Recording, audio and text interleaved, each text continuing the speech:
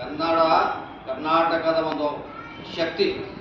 ಹಾಗಾಗಿ ಈ ಕರ್ನಾಟಕದ ಚರಿತ್ರೆಯನ್ನು ಓದಿದಾಗ ಇದು ಸಾಮಾನ್ಯವಾಗಿ ನಾವು ಸಿಂಧು ನದಿ ನಾಗರಿಕತೆಯಿಂದ ಈ ಕನ್ನಡ ನಾಡಿಗೆ ಪವಿತ್ರವಾದಂಥ ಐತಿಹಾಸಿಕವಾದಂಥ ದಾಖಲೆಗಳನ್ನು ನಾವು ಸಾಮಾನ್ಯವಾಗಿ ನೋಡ್ತೇವೆ.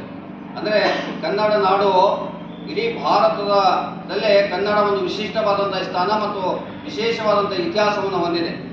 ಹಾಗಾಗಿ ಸಿಂಧು ನದಿ ನಾಗರಿಕತೆಯಿಂದ ಇಲ್ಲಿವರೆಗೆ ಕನ್ನಡ ನಾಡು ತಮ್ಮದೇ ಆದಂಥ ಕಲೆ, ಸಾಹಿತ್ಯ, ಸಂಸ್ಕೃತಿ, ಒಂದು ಪರಂಪರೆಯನ್ನು, ಮಹತ್ವವನ್ನು ತಿಳಿಸ್ಕೊಟ್ಟು ಬರ್ತಾ ಇದೆ.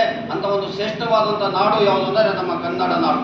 ಹಾಗಾಗಿ ಕನ್ನಡಕ್ಕಾಗಿ ಕೈ ಎತ್ತು ನಿನ್ನ ಕೈ ಕಲ್ಪವೃಕ್ಷ ಆಗ್ತದೆ ಅಂತೇಳಿ ನಮ್ಮ ಕವಿಗಳು ಹೇಳ್ತಾರೆ. ಹಾಗಾಗಿ ಕನ್ನಡ ಅಂದರೆ ಹಾಗೆ ಒಂದು ದಿವ್ಯ ಶಕ್ತಿ. ಹಾಗಾಗಿ ಕನ್ನಡಕ್ಕಾಗಿ ನಾವೆಲ್ಲರೂ ಏನು ಮಾಡಬೇಕು? ಕೈ ಎತ್ತಬೇಕು. ಕನ್ನಡವೇ ನಮ್ಮ ಉಸಿರು, ಕನ್ನಡವೇ ನಮ್ಮ ಉಸಿರನ್ನಾಗಿ ಮಾಡಿಕೊಂಡಾಗ ಮಾತ್ರ ಈ ಕನ್ನಡ ನಾಡನ್ನು ಉಳಿಯಕ್ಕೆ ಸಾಧ್ಯ ಆಗ್ತದೆ. ಈ ಕನ್ನಡ ಅಂದ್ರೇನು? ನಮ್ಮೆಲ್ಲರ ತಾಯಿಯ ಭಾಷೆ, ತಾಯಿಯ ಮೊಟ್ಟ ಮೊದಲು ನುಡಿ ಯಾವುದು ಅಂದರೆ ಅಮ್ಮ ಅಂತ ಹೇಳಿದ್ರು ನಾವೆಲ್ಲ ಕನ್ನಡದಲ್ಲಿ. ಹಾಗಾಗಿ ಕನ್ನಡಕ್ಕಾಗಿ ನಾವೆಲ್ಲ ಹೆಮ್ಮೆ ಪಡಬೇಕು, ಕನ್ನಡವನ್ನು ಉಳಿಸಬೇಕು, ಬೆಳೆಸಬೇಕು ಅನ್ನೋ ನಿಟ್ಟಿನಲ್ಲಿ ಇವತ್ತು ಕರ್ನಾಟಕ ಏನಾಗಿತ್ತು ಅಂದರೆ 1956ಕ್ಕಿಂತ ಪೂರ್ವದಲ್ಲೇ ಕರ್ನಾಟಕ ಏನಾಗಿ ಹಂಚು ಹೋಗಿತ್ತು. ಹೈದರಾಬಾದ್ ಕರ್ನಾಟಕ, ಬಾಂಬೆ ಕರ್ನಾಟಕ, ಮಡ್ರಾಸ್ ಕರ್ನಾಟಕ, ಹೀಗಾಗಿ ವಿಭಾಗದಲ್ಲಿ ಹಂಚು ಹೋಗಿತ್ತು.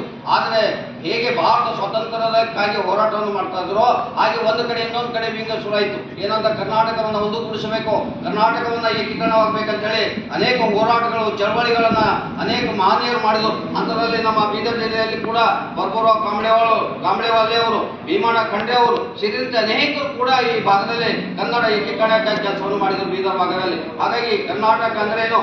ಒಂದು ಕಡೆ ಕೂಡ ಯಾವಾಗಾಯ್ತು ಅಂದ್ರೆ 1956 ಕರ್ನಾಟಕವನ್ನ ಏಕೀಕರಣವಾಯಿತು. ಆದರೂ ಕೂಡ ಕರ್ನಾಟಕ ಏಕೀಕರಣವಾದರೂ ಕೂಡ ನಮ್ಮ ಭಾಗಕ್ಕೆ ಏನಾಯ್ತು? ಕರ್ನಾಟಕ ಅಂತ ಹೆಸರಿರಲಿಲ್ಲ, ಅದಕ್ಕೆ ಮೈಸೂರು ರಾಜ್ಯ ಅಂತ ಹೇಳಿ ಕರಿತಿದ್ರು, ಮೈಸೂರು ರಾಜ್ಯ ಅಂತ ಹೇಳಿ. ಅವಾಗ ದಿಟ್ಟ ನಿರ್ಧಾರ ಯಾಕಾಗಿತ್ತು ಅಂದ್ರೆ ಡಿ ದೇವರಾಜ ಅರಸು ಅವರು ದಿಟ್ಟ ನಿರ್ಧಾರವನ್ನು ಕೈಗೊಂಡ್ರು. ಯಾಕಂದ್ರೆ ಆ ಮೈಸೂರು ಭಾಗದಲ್ಲಿ ಅವರು ಅಷ್ಟು ಒಪ್ಪಲಿಲ್ಲ. ಆದರೂ ಕೂಡ ಮೈಸೂರು ಭಾಗದವರಾದಂತಹ ಡಿ ದೇವರಾಜ ಅರಸು ಏನ್ ಮಾಡಿದ್ರು ಅಂದ್ರೆ ಕರ್ನಾಟಕ ಮಾಡಲೇಬೇಕೆಂಬ ನಿರ್ಧಾರವನ್ನು ಮಾಡಿದ್ರು ಡಿ ದೇವರಾಜ ಅರಸು. ಆದರೂ ಅವರು ಪ್ರತಿಫಲವಾಗಿ ಅಂದ್ರೆ 1973 ನವೆಂಬರ್ 1 ಕರ್ನಾಟಕ ಏನಾಯ್ತು ಅಂದ್ರೆ ಕರ್ನಾಟಕ ಎಂಬ ನಾಮಕರಣವಾಯಿತು. ಏಕೀಕರಣವಾಗಿದ್ದು 1956, ಆದರೆ ನಾಮಕರಣವಾಗಿದ್ದು 1973 ನವೆಂಬರ್ 1 ಕರ್ನಾಟಕ ರಾಜ್ಯ ಅಂತ ಹೇಳಿ ನಾವು ಈ ಅವನ ಆಚರಣೆಯನ್ನು ಮಾಡ್ತಾ ಇದ್ವಿ. ಹಾಗಾಗಿ ಈ ಕನ್ನಡ ನಾಡಿಗೆ ಬಹಳ ಇವತ್ತು ತಮಿಳು ಸಾಹಿತ್ಯದಲ್ಲಿದೆ, ಕನ್ನಡದ ಮೊಟ್ಟ ಮೊದಲು ಹಲ್ಮಡಿ ಶಾಸನ ಇದೆ, ಕವಿರಾಜ ಮಾರ್ಗ ಇದೆ. ಅನಂತರ ಅಣ್ಣ ಬಸವಣ್ಣರ ಕಾಲದಲ್ಲಿ 12ನೇ ಶತಮಾನದಲ್ಲಿ ಎಲ್ಲ ಆಡುವ ಭಾಷೆಗಳಲ್ಲಿ ಕನ್ನಡವನ್ನು ಬೆಳೆಸಿದರು, ಕನ್ನಡವನ್ನು ಉಳಿಸಿದರು. ಆ ಕನ್ನಡವನ್ನು ಉಳಿಸಿದಂಥ ಕೀರ್ತಿ ಯಾರಿಗೆ ಸಲ್ತದೆ? ನಮ್ಮ ಉತ್ತರ ಕನ್ನಡ ಭಾಗದ ಕವಿಗಳಿಗೆ ಸಲ್ತದೆ, ಉತ್ತರ ಕರ್ನಾಟಕ ಭಾಗದ ಶರಣರಿಗೆ ಸಲ್ತದೆ. ಅಂತ ಕನ್ನಡವನ್ನು ಉಳಿಸಿ ಬೆಳೆಸಿದಂಥವ್ರು ಯಾರು? ಅಣ್ಣ ಬಸವಣ್ಣನ ಕಾಲದಲ್ಲಿ ಎಲ್ಲರೂ ಏನು ಮಾಡಿದ್ರು? ಮಹಿಳೆಯರು, ಶರಣರು ಸೇರಿ ಸುಮಾರು 770 ಶರಣರು ಏನು ಮಾಡಿದ್ರು?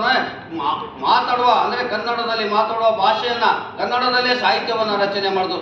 ಆಮೇಲೆ ಕವಿರಾಜ ಮಾರ್ಗ ನಮ್ಮ ಭಾಗದ ದೊಡ್ಡ ಗ್ರಂಥ, ಒಡ್ಡರಾಧನೆ ನಮ್ಮ ಭಾಗದ ದೊಡ್ಡ ಗ್ರಂಥ. ಹೀಗಾಗಿ ಕನ್ನಡ ಸಾಹಿತ್ಯಕ್ಕೆ ಮತ್ತು ಕನ್ನಡ ಭಾಷೆಗೆ ಈ ನಮ್ಮ ಉತ್ತರ ಕರ್ನಾಟಕ, ಅದು ಬೀದರ್ ಭಾಗದಲ್ಲಿ ಕೂಡ ಅದ್ಭುತವಾದಂತಹ ಸೇವೆಯನ್ನು ಮಾಡುತ್ತೆ. ಯಾಕಂದ್ರೆ ಅದು ಭೀಮಣ್ಣ ಖಂಡ್ರೆ ಇರ್ಬೋದು, ಬರ್ಬುರಾವ್ ಕಾಂಬ್ಳೆವಾಲೆ ಇರ್ಬೋದು, ಅವ್ರಿಗೂ ಕೂಡ ನಾವು ಯಾಕಂದ್ರೆ ನಾವು ನೆನಪು ಮಾಡ್ಬೇಕಾಗ್ತದೆ ಏಕೀಕರಣ ಸಂದರ್ಭದಲ್ಲಿ. ಹಾಗಾಗಿ ಅನೇಕ ಜನ ಇವತ್ತು ಡೆಪ್ಟಿ ಚನ್ನಬಸಪ್ಪನವರು ಇದ್ದಾರೆ, ಹುಯಿಲ್ಗೋಡ್ ನಾರಾಯಣರು ಇದ್ದಾರೆ. 1974ರಲ್ಲಿ ಬೆಳಗಾವಿನಲ್ಲಿ ಕಾಂಗ್ರೆಸ್ ಅಧಿವೇಶನ ನಡೆಯಿತು. ಅವಾಗ ಕನ್ನಡ ಮಹಾತ್ಮ ಗಾಂಧೀಜಿಯವರು ಬೆಳಗಾವಿಗೆ ಬರ್ತಾ ಇದ್ದರು. ಅವಾಗ ಇಡೀ ಕನ್ನಡ ನಾಡು ಅಂದ್ರೆ ಹಂಚು ಹೋದಂತ ಕನ್ನಡ ನಾಡಿದವರು ಎಲ್ಲರೂ ಬೆಳಗಾವದಲ್ಲಿ ಸೇರಿದ್ರು. ಆಗ ಬೆಳಗಾವದಲ್ಲಿ ಸೇರಿದಾಗ ಹುಯಿಲ್ಗೋಡ್ ನಾರಾಯಣ ಏನ್ ಮಾಡಿದ್ರು ಅಂದ್ರೆ ಒಂದು ಪ್ರಾರ್ಥನೆ ಗೀತೆಯನ್ನು ಹಾಡಿದ್ರು, ಸ್ವಾಗತ ಗೀತೆಯನ್ನು ಹಾಡಿದ್ರು. ಏನಂತಂದ್ರೆ ಕನ್ನಡ ಬಗ್ಗೆ ಏನಂತಾರೆ, ನಮಗೆ ಕರ್ನಾಟಕವೇ ಶ್ರೇಷ್ಠ ಎಂಬ ಭಾವನೆ ಆಯಿತು.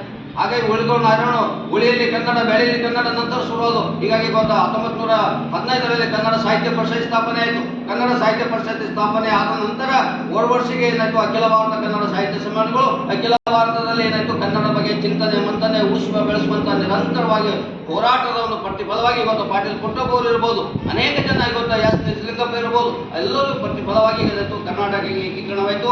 ಹಾಗಾಗಿ ಆ ಏಕೀಕರಣಕ್ಕಾಗಿ ಅಂದ್ರೆ ಒಟ್ಟಿನಲ್ಲಿ ಇವತ್ತು ಏನಾಯ್ತು? ಅಖಂಡವಾದಂಥ ಕರ್ನಾಟಕದ ನಿರ್ಮಾಣದ ಒಂದು ನೆನಪನ್ನ, ಅಖಂಡ ಕರ್ನಾಟಕದ ಕನಸನ್ನ ನಾವು ಉಳಿಸುವಂತ ಕೆಲಸವನ್ನ ಮಾಡಬೇಕು, ಬೆಳೆಸುವಂತ ಕೆಲಸವನ್ನ ನಾವು ಎಲ್ಲರೂ ಮುಂದಾಗಬೇಕಾಗಿದೆ. ಹಾಗಾಗಿ ನಮ್ಮ ಔರಾದ್ ಭಾಗದಲ್ಲಿ ಅನೇಕ ಗಡಿ ಭಾಗಗಳಿವೆ. ಅಂದರೆ ನಮ್ಮ ಪ್ರೀತಿಯನ್ನ, ನಮ್ಮ ಕನ್ನಡವನ್ನ ಪ್ರೀತಿ ಮಾಡೋಣ, ಇನ್ನೊಂದು ಭಾಷೆ ಕೂಡ ಗೌರವಿಸೋಣ, ಇನ್ನೊಂದು ಪ್ರೀತಿಗೂ ಕೂಡ ಅವರಿಗೆ ನಾವು ಗೌರವವನ್ನು ಕೊಡಬೇಕು. ಅಂದ್ರೆ ನನ್ನ ತಾಯಿಗೆ ಗೌರವ ಕೊಡಬೇಕು, ಇನ್ನೊಬ್ಬರ ತಾಯಿಗೆ ಗೌರವವನ್ನು ಕೊಡುವಂತ ಭಾವನೆಯನ್ನು ನಮ್ಮಲ್ಲಿ ಬರಬೇಕು. ಕೇವಲ ಕನ್ನಡ ಅಂದ್ರೇನು ನಮ್ಮ ಉಸು, ಕನ್ನಡ ಅಂದರೆ ನಮ್ಮ ಉಸಿರಿನಲ್ಲಿ ಒಂದು ಶಕ್ತಿ, ಅದೇ ಯಾವುದು ಕನ್ನಡ. ಹಾಗಾಗಿ ಕನ್ನಡಕ್ಕಾಗಿ ಕೈ ಎತ್ತಂತ ಎಲ್ಲರಿಗೂ, ಕನ್ನಡದ ಮನಸ್ಸುಗಳಿಗೂ ಮತ್ತೆಲ್ಲರಿಗೂ, ಅಂದರೆ ಈ ನಮ್ಮ ಭಾರತ ಹೇಗಿದೆ, ವೈವಿಧ್ಯತೆಯಲ್ಲಿ ಏಕತೆ ಇದೆ. ಇಲ್ಲಿನಿಂದ ಎಲ್ಲಿವರೆಗೆ ಅಂದರೆ ಎಲ್ಲರ ಭಾಷೆಗಳನ್ನು ಗೌರವಿಸೋಣ, ಎಲ್ಲರ ಭಾಷೆಯನ್ನು ಉಳಿಸೋಣ, ಬೆಳೆಸೋಣ. ಜೊತೆಗೆ ನಮ್ಮ ಕನ್ನಡವನ್ನು ಕೂಡ ಯಾವಾಗಲೂ ಕೂಡ ತಾಯಿ ಭಾಷೆಯನ್ನು ಮರೆಯದಂತೆ ನಾವು ನೋಡೋಣ ಎಂಬ ಮಾತಿನೊಂದಿಗೆ ಇಂದು ಮತ್ತೊಮ್ಮೆ ಕರ್ನಾಟಕ ರಾಜ್ಯೋತ್ಸವದ ಹಾರ್ದಿಕ ಶುಭಾಶಯಗಳನ್ನು ತಿಳಿಸಿ ತಮಗೆ ಮತ್ತೊಮ್ಮೆ ಕನ್ನಡದ ಭುವನೇಶ್ವರಿ ಮಾತಾ ನಮಗೂ ನಿಮಗೂ ಎಲ್ಲರಿಗೂ ಒಳ್ಳೆಯದನ್ನು ಮಾಡಲಿ ಎಂಬುದೊಂದಿಗೆ ನಾನು ಬಂಪರ್ಗಲ್ ದಡ್ಡೆ ಟ್ರಾನ್ಸ್ಫಾರ್ಮರು ಸರ್ಕಾರಿ ಪದವಿ ಪೂರ್ವ ಕಾಲೇಜು ಅವರ ತಮ್ಮೆಲ್ಲರಿಗೂ ಮತ್ತೊಮ್ಮೆ ಗೌರವಪೂರ್ವಕವಾಗಿ ನಮನಗಳನ್ನು ಸಲ್ಲಿಸಿ ಧನ್ಯವಾದ ಸಲ್ಲಿಸ್ತೀನಿ. ಯಾಕಂದರೆ ಇಂಥ ಒಂದು ಕನ್ನಡ ನಾಡಿನ ಕಾರ್ಯಕ್ರಮಕ್ಕೆ ತಾವೆಲ್ಲರೂ ವಿದ್ಯಾರ್ಥಿಗಳು ನಮ್ಮೆಲ್ಲ ಸಿಬ್ಬಂದಿದವರು ಹಾಜರಾಗಿ ಕನ್ನಡ ಮಾತೆಯ ಕಾರ್ಯಕ್ರಮದಲ್ಲಿ ತಾವೆಲ್ಲರೂ ಭಾಗವಹಿಸಿದಿರಿ. ಹಾಗಾಗಿ ಕನ್ನಡ ನನಗೆ ವೈಯಕ್ತಿಕವಾಗಿ ಹೇಳ್ತೀನಿ, ಈಗ ಇದು ಕಾರ್ಯಕ್ರಮ ಮುಗಿಯಿತು ಆದರೆ ನಾನು ವಿದ್ಯಾರ್ಥಿ